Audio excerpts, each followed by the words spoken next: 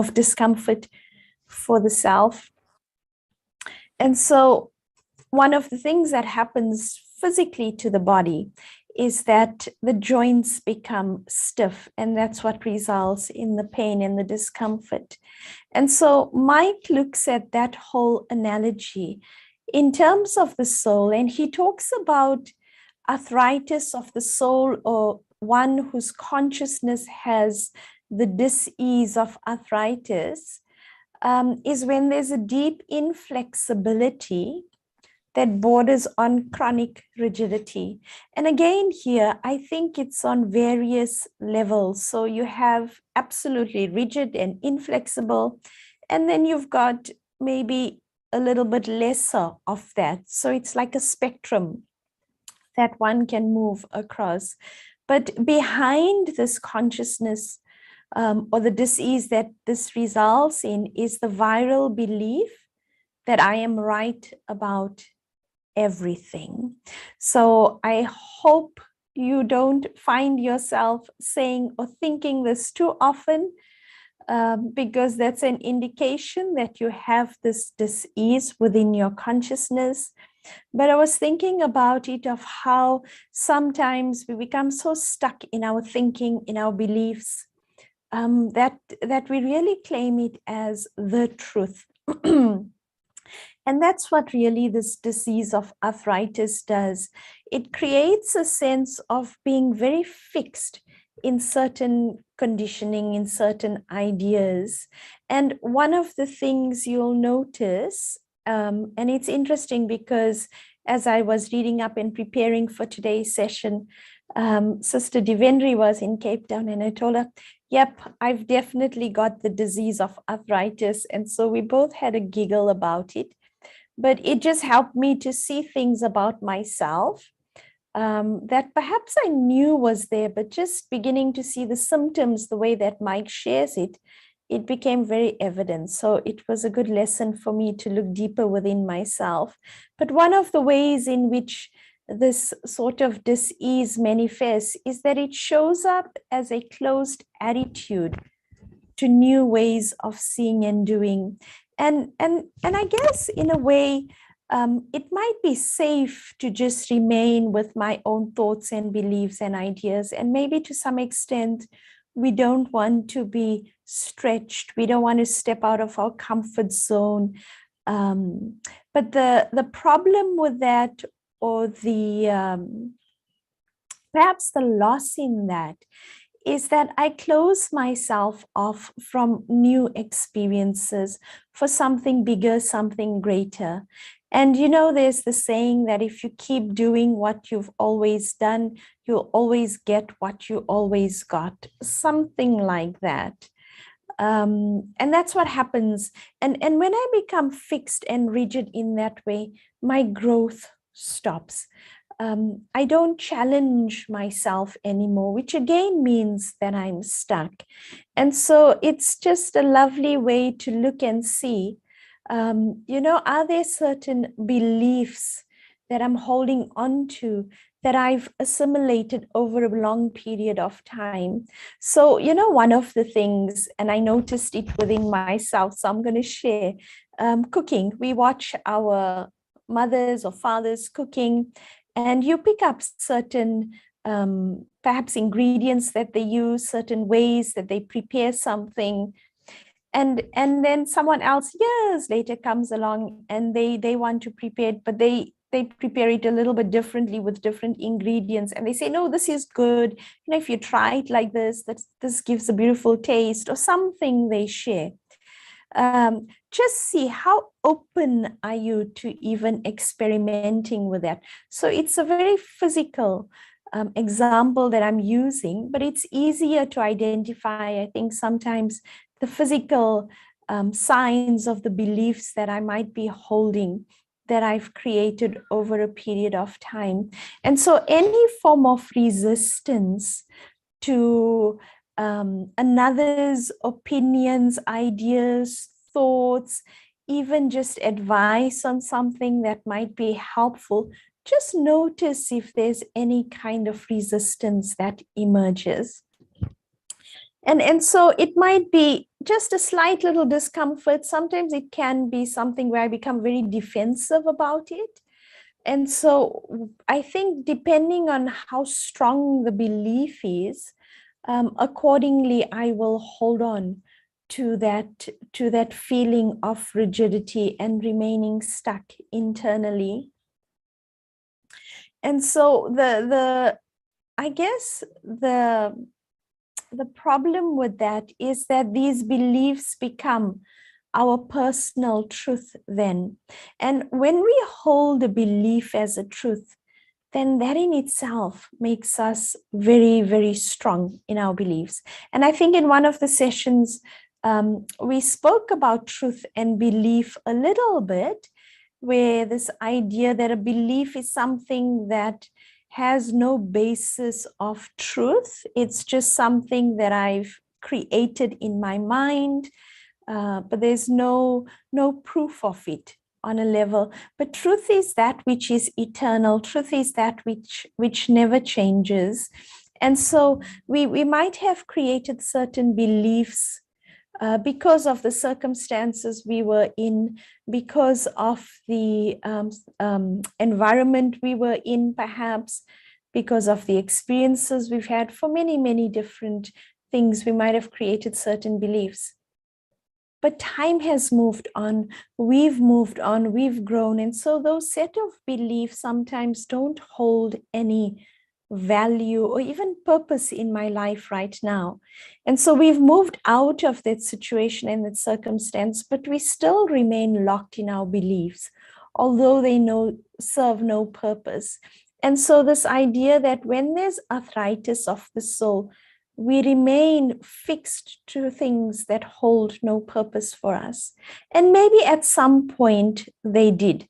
But right now, in this present moment, is it serving me in a way that's beneficial or not? And if it's not, then can I drop certain conditions within my mind, certain attitudes, even certain memories? Not that I completely forget it, but it doesn't hold any influence. It doesn't hold any impact on me. It doesn't hold me ransom sometimes, because a lot of it is rooted in certain perceptions or beliefs that I'm holding. And so it makes me stuck. It makes me suffer in some way or another, because I think one of the biggest, perhaps, what can I say? When there isn't movement spiritually, one can become a little bit disheartened. And so this energy of always trying to find newness in everything is about moving in the spiritual path. I remember Daddy Janki used to say, don't become like flat soda water, where the fizzle has disappeared. And there isn't that enthusiasm. And what is it that generates that kind of enthusiasm and movement is when I begin to have an attitude of learning, of growth, of wanting to try different things, even though it might be uncomfortable at times. But I recognize that within that, there's so much growth for myself in those expressions. And so what is it that frees me from the disease of arthritis? So relief comes when the soul becomes aware of the value of one of three things. And so one, learning from others. So I have this attitude, no matter how old or young someone is, that I can learn something from them. And so I approach life, I approach my relationships with this attitude of, I can learn something. And when I do that, it keeps my consciousness open. It keeps my consciousness expansive. And Radha was chatting about that as well earlier in her session. I was amazed and I was so humbled many, many years ago. I was in India at our headquarters, and I was part of a retreat that was for young people, the youth of the organization. And we were having a session doing our own thing. And at that time, Daddy Ratan Mohini, who is now the administrative head of the organization, she snuck in through the back door. We didn't even know that she came in. And she sat right at the back and she took out her notebook and her pen. Now, this is a soul that has been practicing Raja Yoga meditations for, like, at that time, it must have been over 60 years, if not more. And still, she came with her pen and her notebook. And then someone noticed that Daddy was in the room. So, they brought her to the front. And this person, I think it was Sister Gopi, said, Daddy, what are you writing? And she says, no, I've come to learn from all of you. And that really moved me, because she's like our grandmother, but still this attitude of, what can I learn? And I think on some level that keeps us young at heart as well. So creating this attitude of learning from others. And then the second aspect that frees me is understanding the other. So, sometimes we can get irritated when someone is telling us something, or we just block it off. We don't quite hear. We're listening, but we're not hearing what's being said. And it's internal resistance that's emerging. But when I can understand what's the intention behind why this person is telling me whatever they are, and in most cases, it's something that they've experimented with, it's worked for them, so they want to share it. So perhaps it can help us, it can support us. It can maybe break us out of something that we might be stuck in. So understanding where is the other one coming from before I just disregard or ignore or just push aside what might be coming from another. And then the third one being a guide for others. This aspect of sometimes we like to control and we want to impose certain of our thoughts, beliefs, perceptions, even our experiences sometimes to some extent onto others. But just understanding that I can guide, I can share, I can support, but I don't remain fixed in you have to do what I say, or you have to become this, or, don't do this kind of a thing. So it's being flexible if in my approach as well. And so lovely, these three elements that can take us out of being rigid and fixed in our ideas, but especially in our mindset. And most often, if I try something different, I'll realize there is a better way, an easier way that might save me time, might save me energy, make my life easier. And then later I'll think, but why didn't I do this before? And so begin to just check when there's resistance, can I identify it?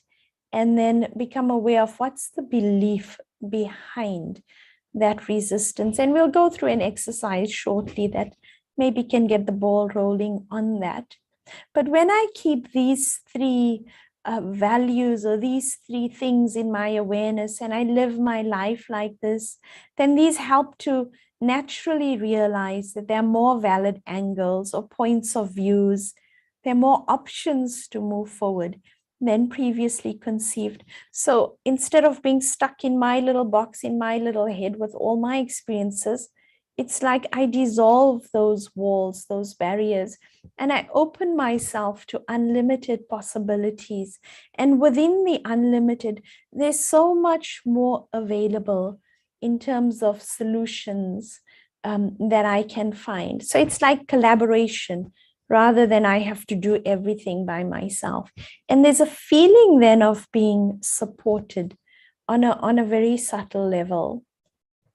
And so there's a little, in Mike's book, he put something here which I thought was very quirky, and I wanted to share it with you. He said, if you think you're someone with a few painfully stiff and swollen spiritual joints, which is that rigidity, call your local dance instructor now. In other words, just become more easy, flow with things, a little bit more flexible and loose in your mind and your attitudes. And then you'll feel how internally also you'll be so much more relaxed. You don't have to keep on keeping these walls up that make things difficult. So sometimes it's just relax. And I feel, just allow things, allow people to be, allow myself also to let go sometimes and just see what unfolds. So some lovely insights from Mike, I think.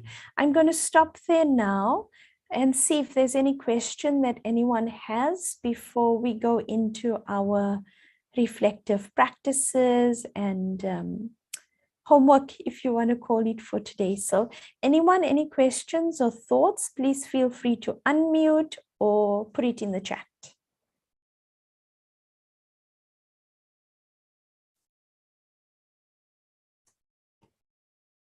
I notice for myself how if someone shares something, I can become quite defensive and I start to justify why I've done something in a certain way, even though what they're sharing might be more practical and better.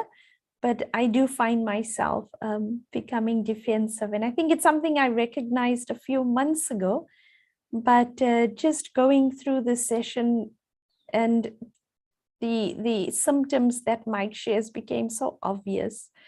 And so it was good for me to explore this as well. Any questions, anyone, or comments? Om Shanti. Good morning. Good morning.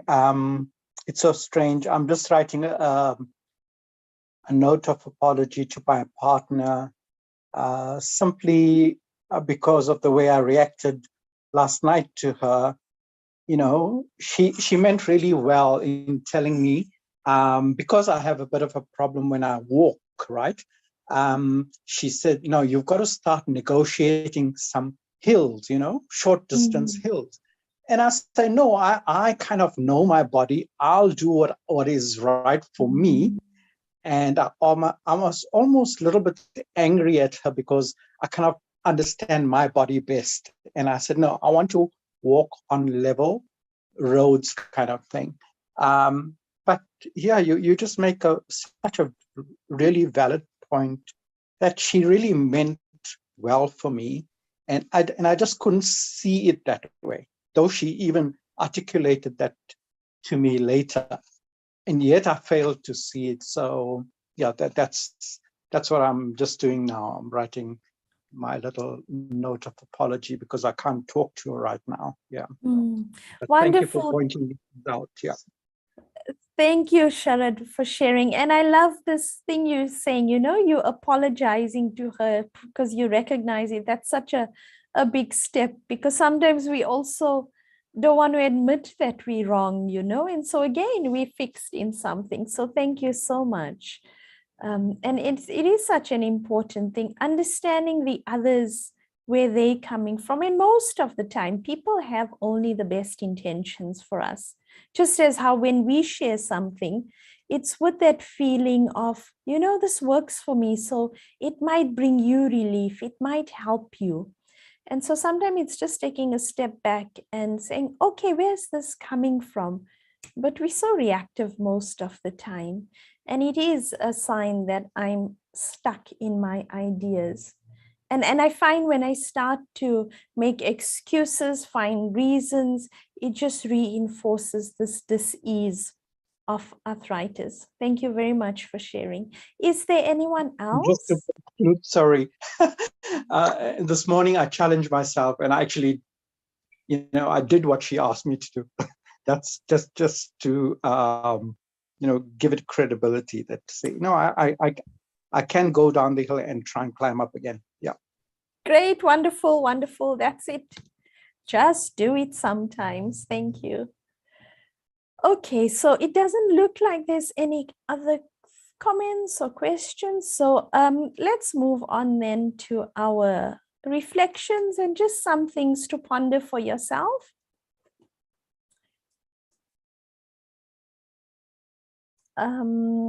So awareness, so, for the day today, just see, when do you find yourself resisting the ideas and opinions of others the most? What are the beliefs behind this? And usually the belief is, I know what's best. I know what's right. And so just check yourself. And that's usually an ego response.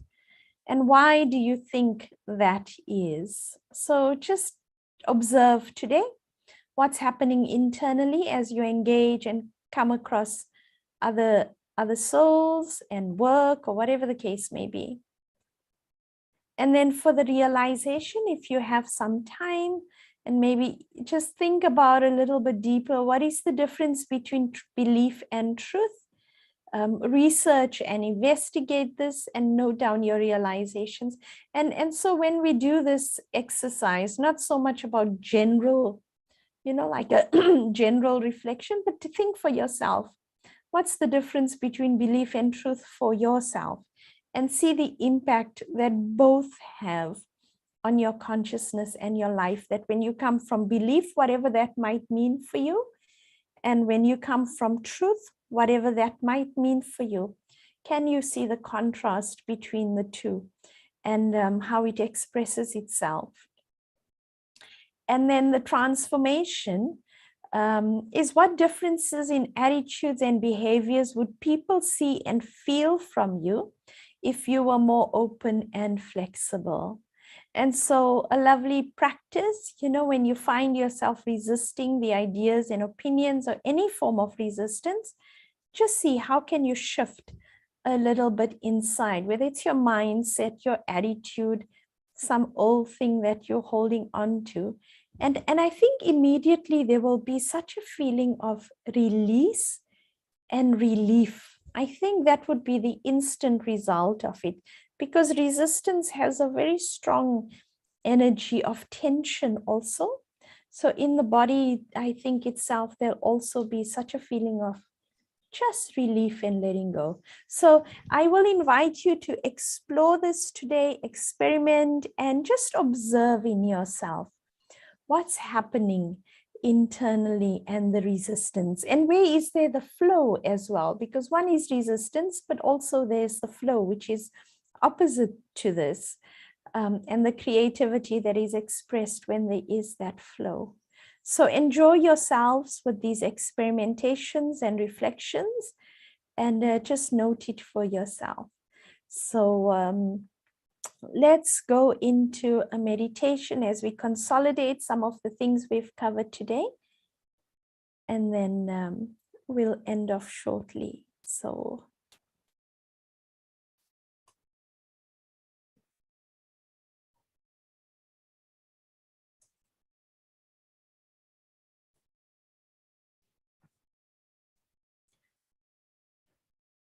sitting here, becoming very present to this moment, I take this opportunity to become aware of my body and see if there's any tension anywhere, any resistance in any of my muscles, my joints. And if there is, then let me just relax it by creating that one thought that I want to be in a state of rest, relaxation, and at ease within this body. And so I completely relax, dropping the shoulders, letting my hands be very loose, and just letting go. And then I gently take my attention to my mind. And again, let me see, are there many thoughts in my mind? Is there tension or worry in my mind because of things I'm holding on to?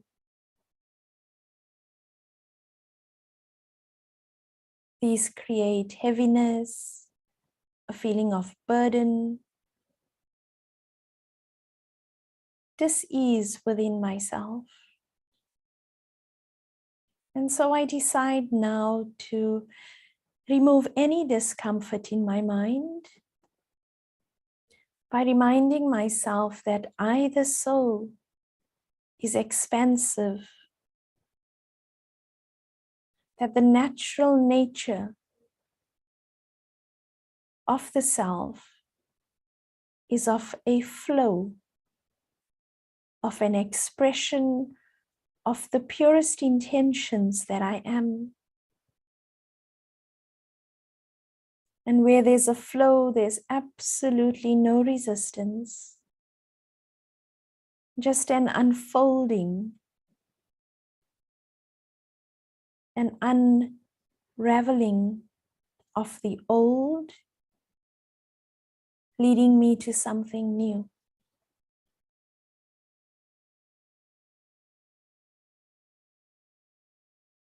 And so today I endeavor to generate thoughts that will create movement within by letting go of old beliefs, perceptions, even just old habits. For I recognize that they don't serve me anymore.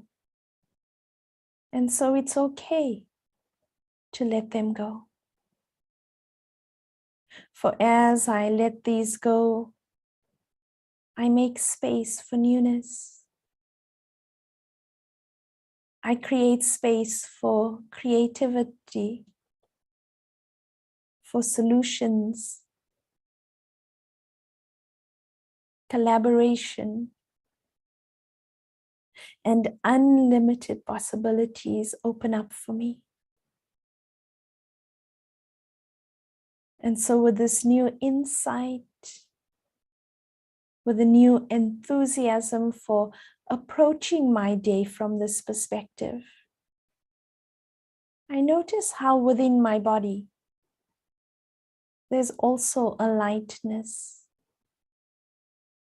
a zest,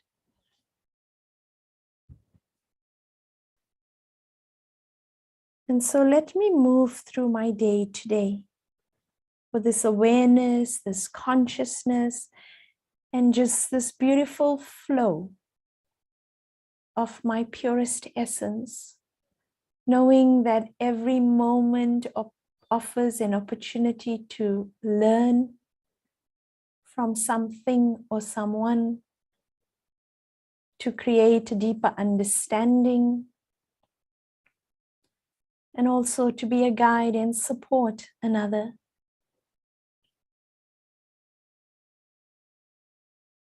So generating lightness, holding lightness in my mind, in my heart, and in my attitude. Let me embrace this day with that energy. Om Shanti.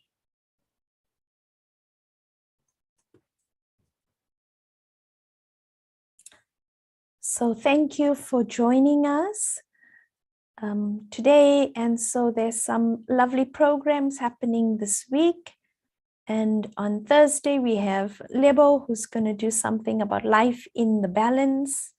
And I know she's got a lovely, lovely program planned for us. So do join in if you can. And then this coming weekend, we'll be starting our anger management course. So session 1 is on Saturday, and then session 2 the following week. So do join if you are available, and do share with your friends and contacts as well. So wishing you a lovely day, and take care and enjoy. We'll see you soon. Thank you.